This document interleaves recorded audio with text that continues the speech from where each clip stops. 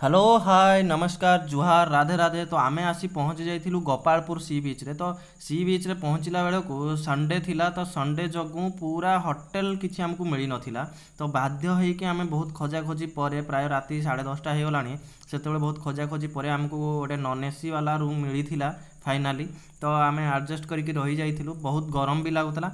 तो सेथिपाई आमे से राति रे ही 11टा बेले पळेई आस्थिलु सी बीच को। तो सी बीच टिके बसिकी पुणी शोइबाकू पळेइथिलु। देन सकाळे पुणी थरे आस्थिलु। तो एमानकर फोटोशूट चलथिला। तो एई भलिया फोटोशूट सरला परे मु देखौछि बीचटा केमती हेछि। विशेष किसी खास मते लागिलानी, चलिबो गोटे जस्ट बीच अछि। तो चलिबो, मते एते किछि खास लागिलानी गोपालपुर सी बीच रे।